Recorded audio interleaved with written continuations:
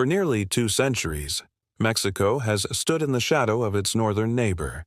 From the moment the United States seized half of Mexico's territory in the 1840s, the question has never gone away. Can America maintain its hold on Mexico? Wars, invasions, oil, politics, cartels, and trade have tied the two nations together in a bond of tension and dependence. But behind the official treaties and smiling handshakes lies a history of betrayal, dominance, and resistance. Tonight, we uncover the untold story of how America rose to power over Mexico, and why that grip has never been as secure as it seems.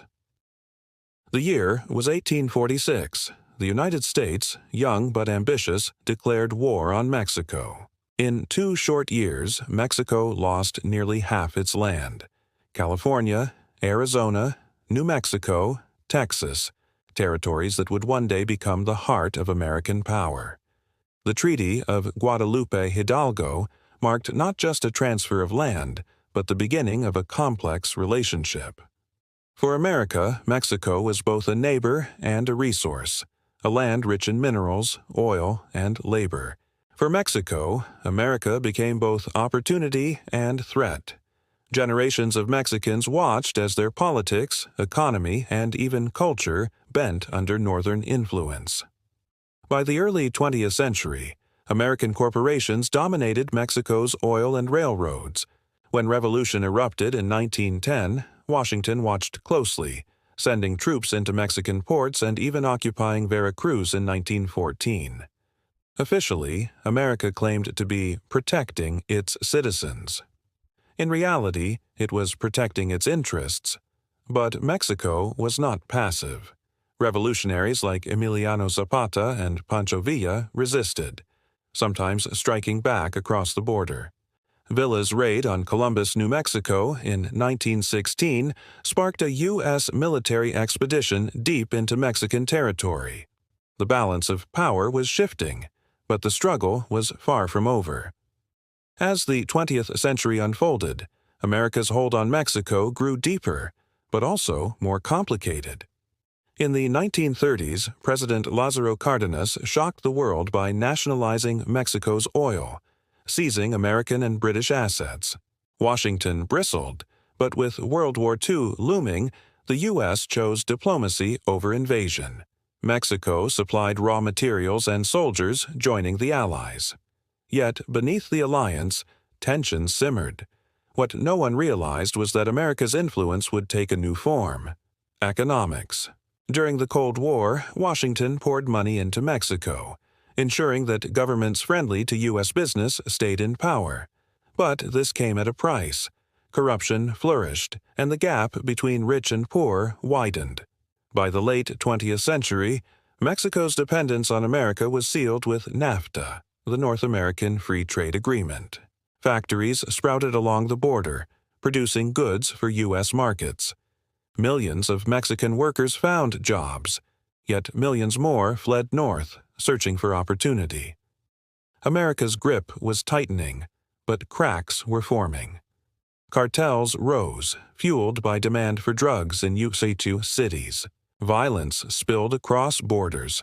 American weapons flowed south, Mexican labor flowed north, and billions of dollars moved both ways. Mexico was no longer just a neighbor. It was America's lifeline for trade, labor, and resources. But danger was closing in. Every attempt to tighten control, through military aid, border patrols, or trade deals, met with resistance. Mexican nationalism refused to die. Presidents came and went, but the question remained: was Mexico truly independent, or still in America's shadow? In the 1980s and 1990s, Mexico's economy collapsed into crisis. The peso crashed, inflation soared, and panic swept the nation. To save it, the United States stepped in with billion-dollar bailouts, demanding reforms in return.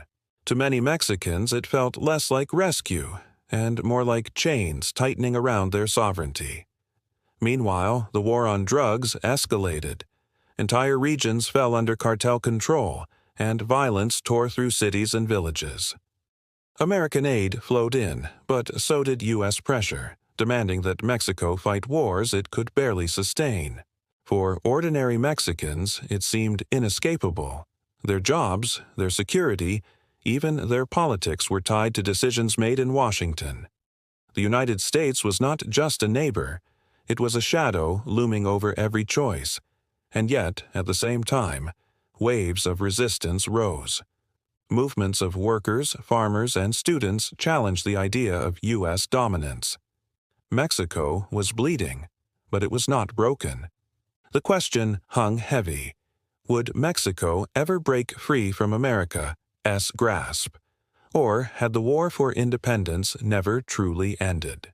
Today, the ties between the U.S. and Mexico remain stronger than ever. Trade, migration, security, and culture bind them inseparably.